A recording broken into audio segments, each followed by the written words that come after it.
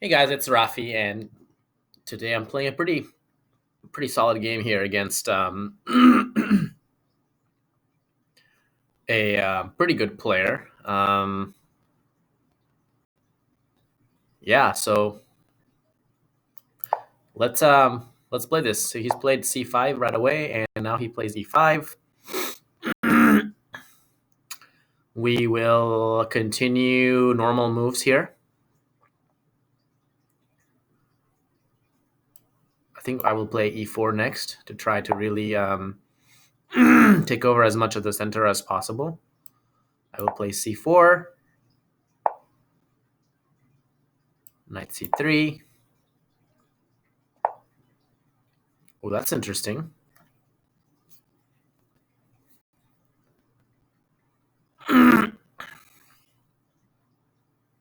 How should I approach an opening like this?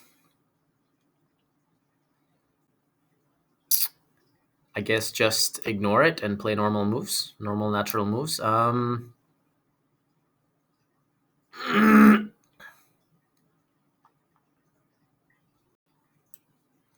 guess this is the most principled way to play.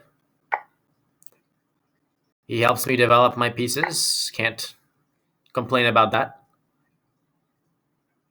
Gets rid of his dark square bishop very quickly because his pawns are over here, so that makes sense. This is an interesting strategy for sure from my opponent.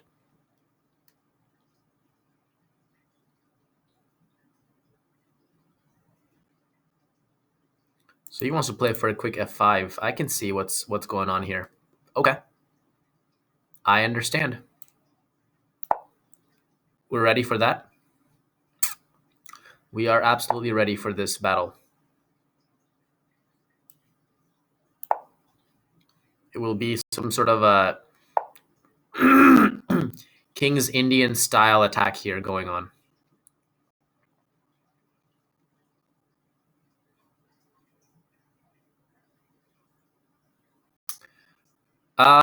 So he wants to plant his knight on f4. That's interesting.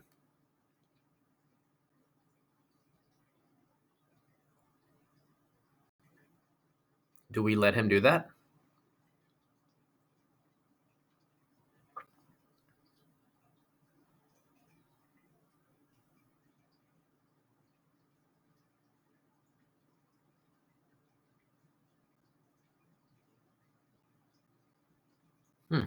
This is a very interesting strategy here. Definitely some sort of a pet line that he's come up with. There's no doubt this has been well studied.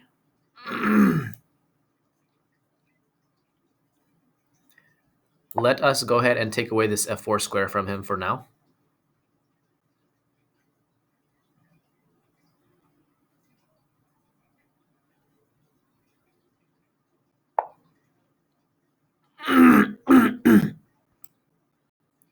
Don't want his knight coming here, so let's take away that square.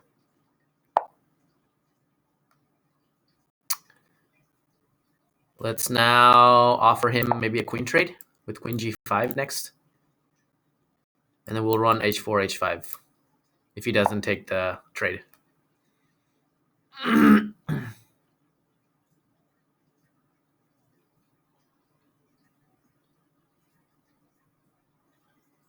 So he wants to start an expansion on this side of the board, which is understandable. I'm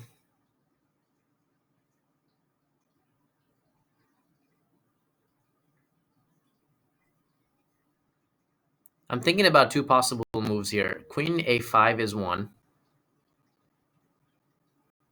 I really like that one now that I'm more, the more I think about it. So, but then can he actually play b5 anyway? I guess he could play b5 anyway, huh?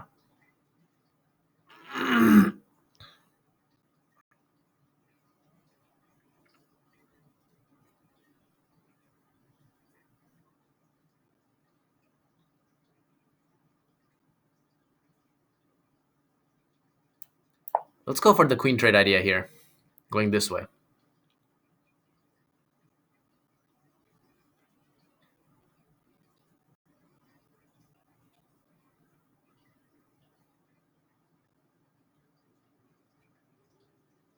This was a very interesting idea, though. Very, very interesting. He puts all his pawns in the dark squares and then gets rid of the dark square bishop and leaves me with the light square bishop. Very interesting strategy from my opponent.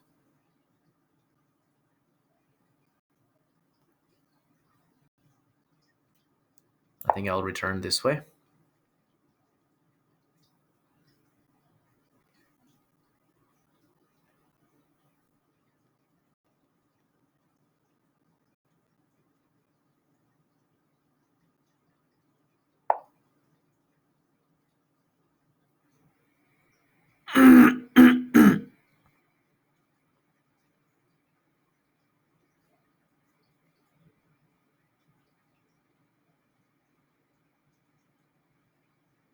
So now he wants to mess up our pawn structure and go trade off the bishop for the knights. That's also interesting.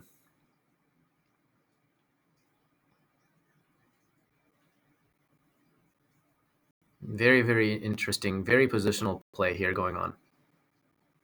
Very, very positional play.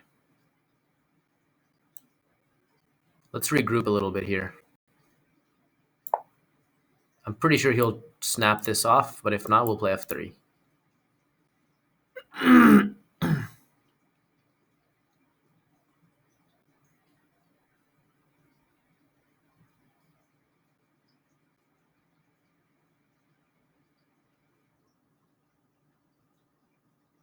He wants to leave us with this bad bishop with all these pawns on the light squares. This was a very, very interesting idea from my opponent for sure. Can definitely see it.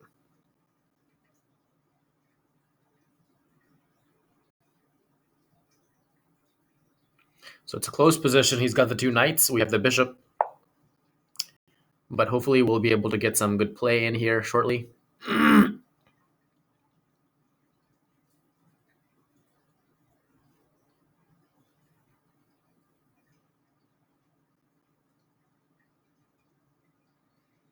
I'm going to go ahead and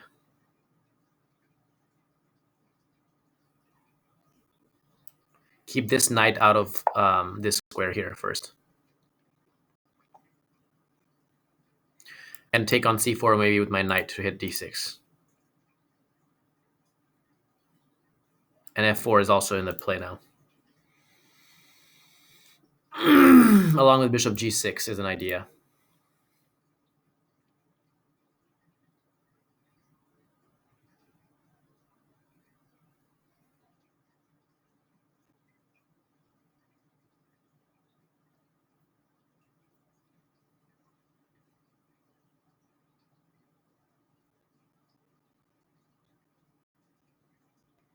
One of my ideas here is to try to reroute this knight to e3 and then to f5. Okay, so this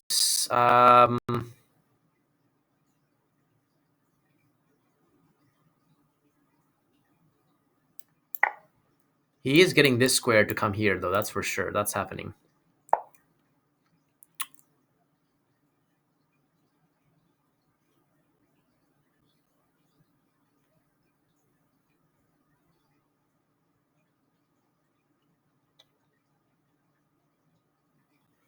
So maybe we can keep his knight out of this b5 square now, perhaps, with a4. But then after a5, knight can hop from here to here, though. That's the thing.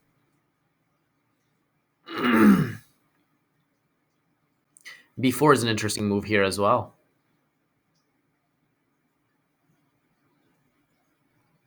Takes.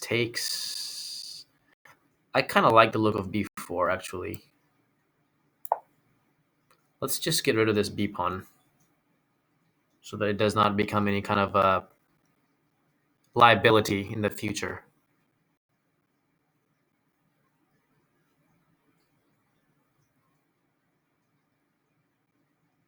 So knight b5 here is interesting now.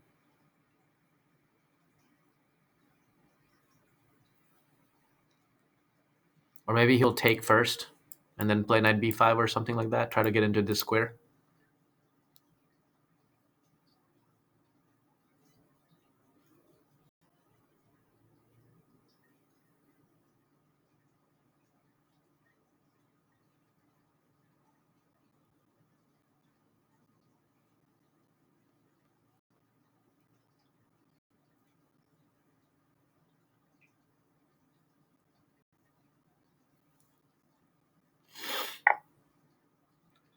So do we have any in-between moves like this right here? At the end, he'll end up taking that one. So knight d6, he takes, then we take this knight. So he has to take with the rook.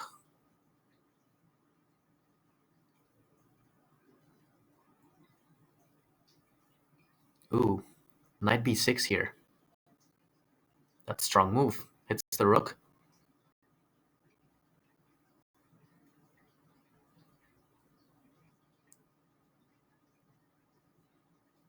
Makes the knight feel awkward. This is also an interesting move here. Playing knight a5.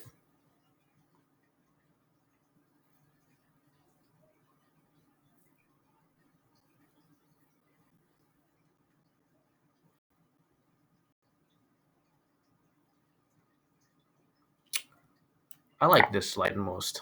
He does have knight here, though, now. It gets very interesting very quickly. I have knight f7 if he does that.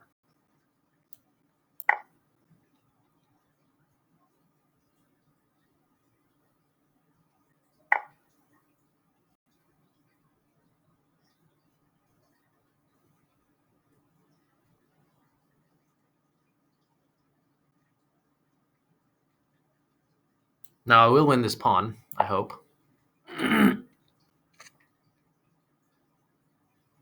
And maintain the material equality here. And then try to pressure this guy here. Maybe I'll put my bishop here and king here for safety.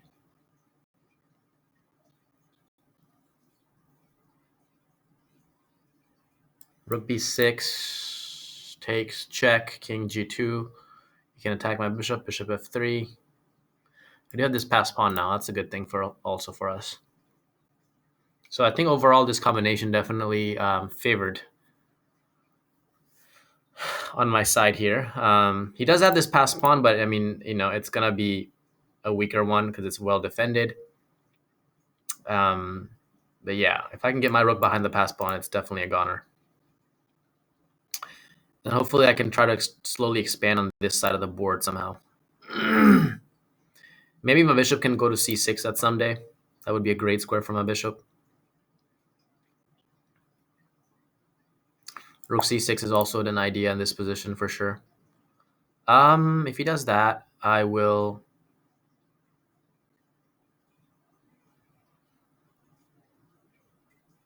I think take. Not afraid of that. Next move, I'll just pick off the a pawn.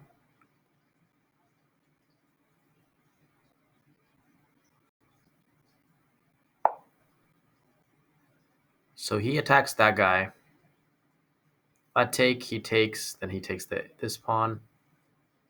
Attacks my bishop, so that's not going to be fun for me to do. So I'm going to need to protect.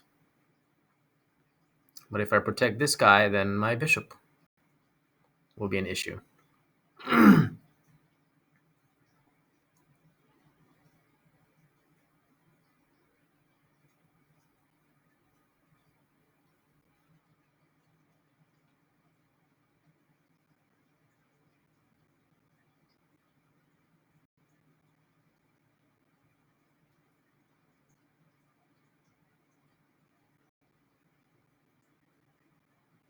Do I want to make my bishop a passive piece? Or do I want to maintain activity? Trade off this takes, takes, takes, takes, d6.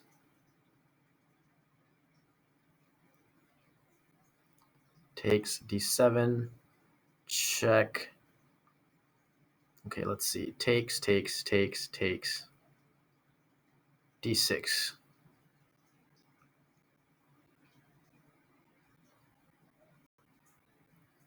He can move the knight.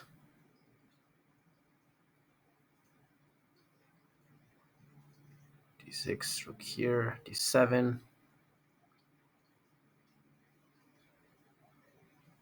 Yeah, I like the idea of just being active here. Let's be active. Let's go for activity. Let's give up this guy and let's get this passer going. Kind of like that line. because this pawn is not needed here. This is a great pawn to have. So if he takes here, I'll just push d6, I think, and just queen on him. That's the idea.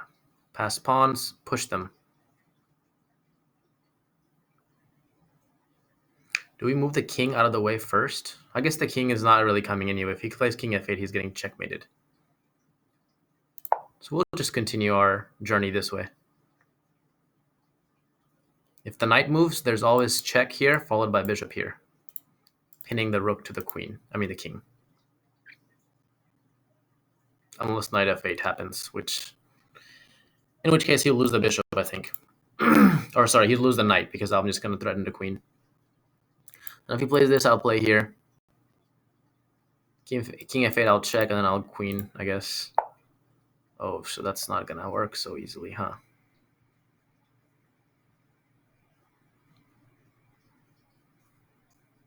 I see what's going on here.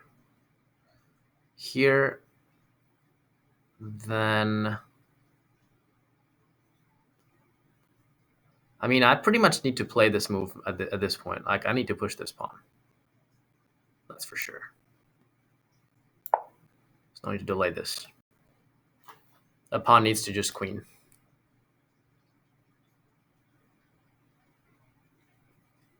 See, I'll always have this bishop to protect this guy now. And this pawn isn't going anywhere. Well defended by these three pawns. Do a nice job of stopping those four, so not too worried about that. I am worried about my time, though. What is a winning game plan here? Let's see. How do we force this queen? We need to defend the pawn and then play rook here and then queen the pawn.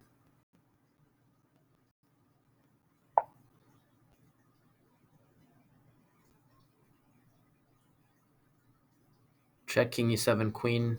He takes. A bunch of trades happen.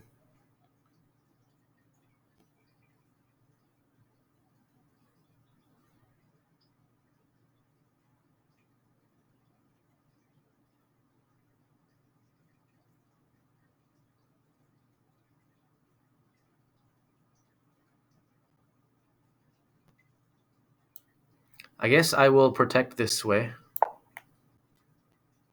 Threat is not to play check here, king e7, then check here, and then plant a queen. But I think knight e7 does stop my idea, though. Ooh, interesting.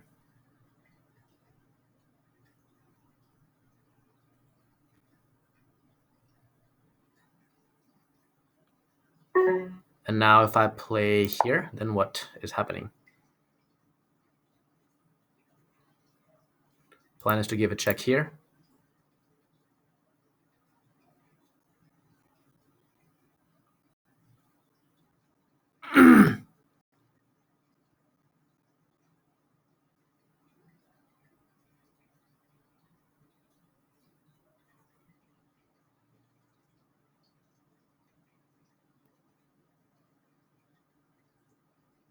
I think he needed to play knight to move so that he can stop the rook move.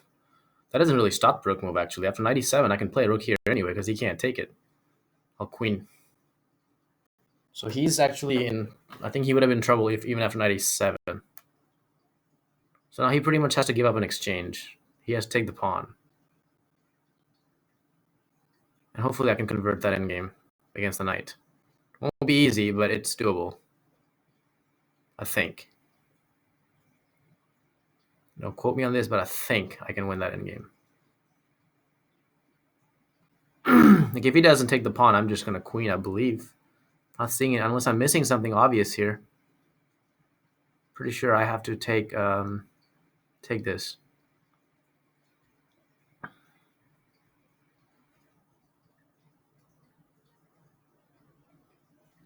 What other resources does he have? I don't think he has anything else. I'm checking, pushing the king away from that square here, and then just queening the pawn.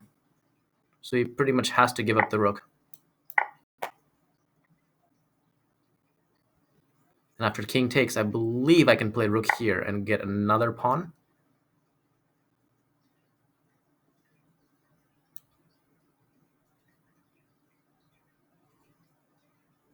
Although there are some interesting things he can try to trap my rook or something. I don't know if it works, but he can try it.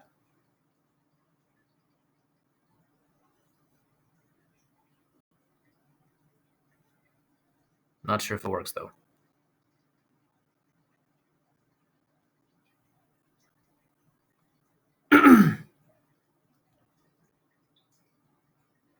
But I think I can get my rook out this way if he ever attempts those kind of traps. I think. Again, none of this stuff I know for sure. I'm just kind of vaguely calculating, but I think he can try to trap my... See, he's already trying something here. He's already trying something here. Don't know if it works, but he's trying something here.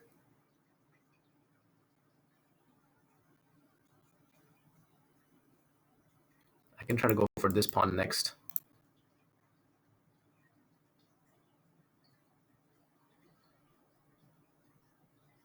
Because ultimately my rook can come here, I guess, for safety. If he's going to take away all those squares.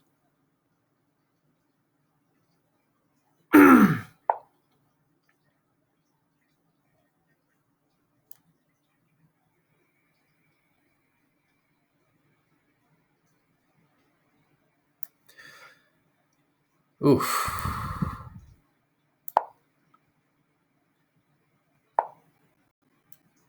But now here, I believe he has to drop the pawn with a check now. I believe so. He resigned. Thank God. I didn't want to. I mean, like, I'm really bad at playing these kind of positions under low time. But I mean, this is pretty winning, I think. But you never know. I think he has still had some tricks left in the position.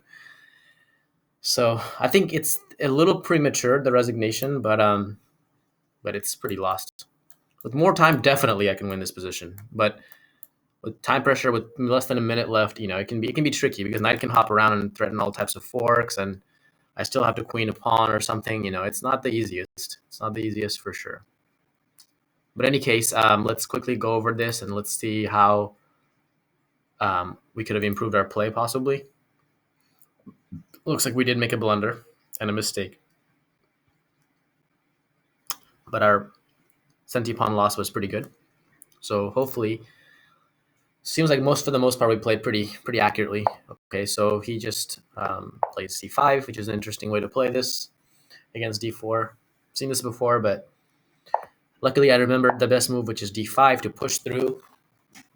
And he played a very interesting idea. Like, all of his maneuvers in the opening would just seem so positionally interesting. Very looks like he's really given some thought behind his opening preparation. So here, I just continued with c4 to gain a little bit more space.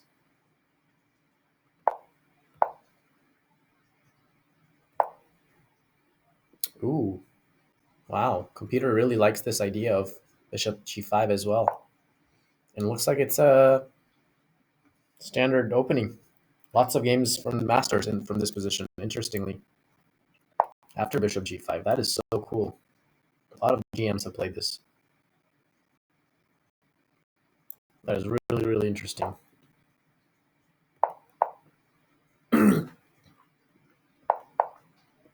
Not that black is better or anything like that, or it has equalized. White still has advantages, but it's interesting idea to go after.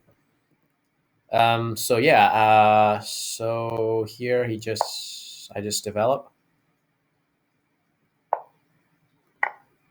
Takes. A lot of people take with the queen, interestingly.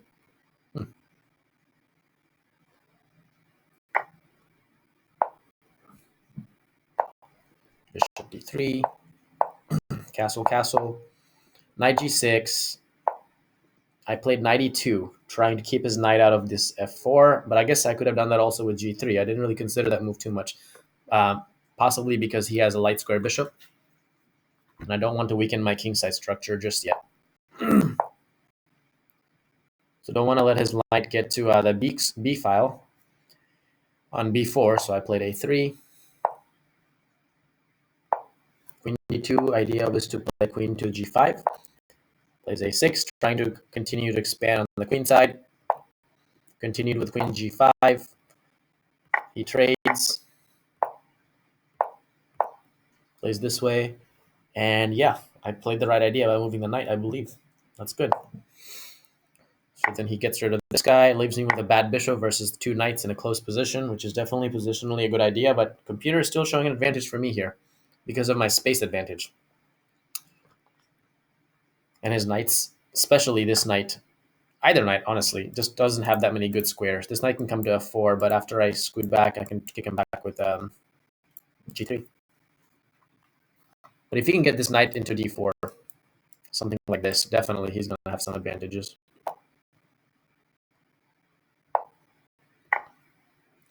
So knight takes. So here I proceed with b4, which is a great move. Really puts a lot of pressure on black because the c file becomes open. And here I find that combination with knight takes d6, which computer doesn't like that much. I thought it was okay. But maybe there's some moves that black would have played that we didn't calculate too much. Computer wants to just, the engine wants to wants for me to take on b4, and then so after rook a7, play it this way with h4, rook a1. Okay, interesting, still interesting. I chose this way, and it considers that a mistake because of knight takes d5. I calculated that very briefly, and I was planning to take here, but I didn't go much beyond that. Now I see why, because I'm actually getting, I think, losing a pawn here. Yeah, this doesn't look very good for me. We have a lot of play now. The bishop, is going to become a monster piece now that the position is opened up. But yeah, this was tricky. He missed it. Takes my knight back. Come behind this pawn and just pick it up. I just continue pawn grabbing here. Ooh, so f3 is being suggested. I didn't like the idea of f3. I thought about it, but I thought maybe he can just play rook b2 or something, and then, my bishop is always going to be in some trouble. But concretely speaking, I guess it's fine. I could just protect it and then pick up the a6 pawn anyway. I didn't need to give up the e4 pawn.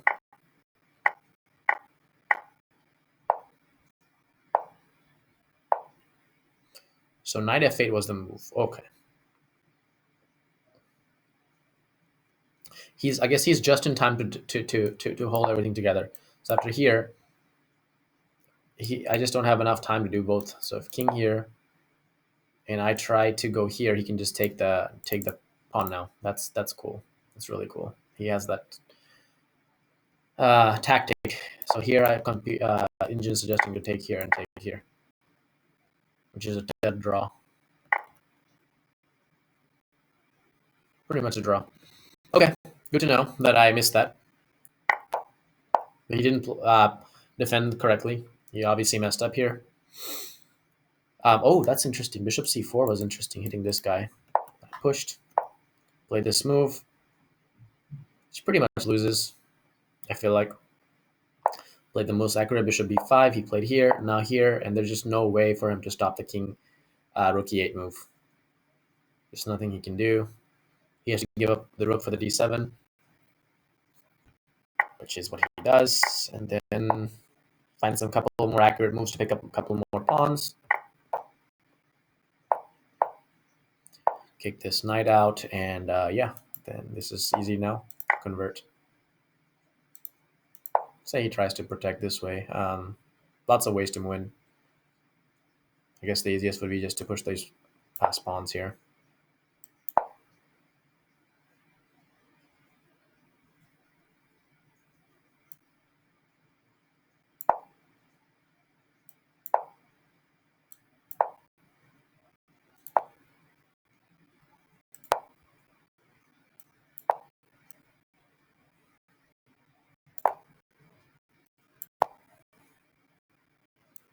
Should be winning here pretty shortly. Check.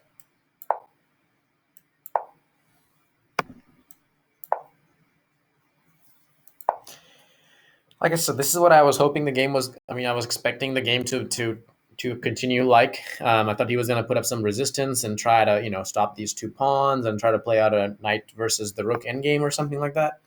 I was ready for that, but it's always tricky with low time. But I mean, I guess I would have converted anyway. But yeah. So these are just some basic ways to win more material and just win the game. Really nothing here he can do. Oh, this is strong, just giving up that guy.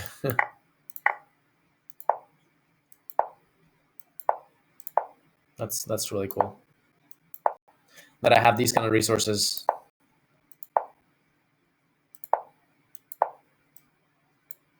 So you can check with this one, and then a queen, and that would just finish up the game. So anyway, cool game for my opponent. Very very well played. Very interesting positional ideas in the opening. Never seen this kind of opening before, but good to know people play like this and how to play against it. So hopefully you guys got something out of this game as well. I'd love to hear your thoughts in the comments, and we'll take it from there. See you in my next video.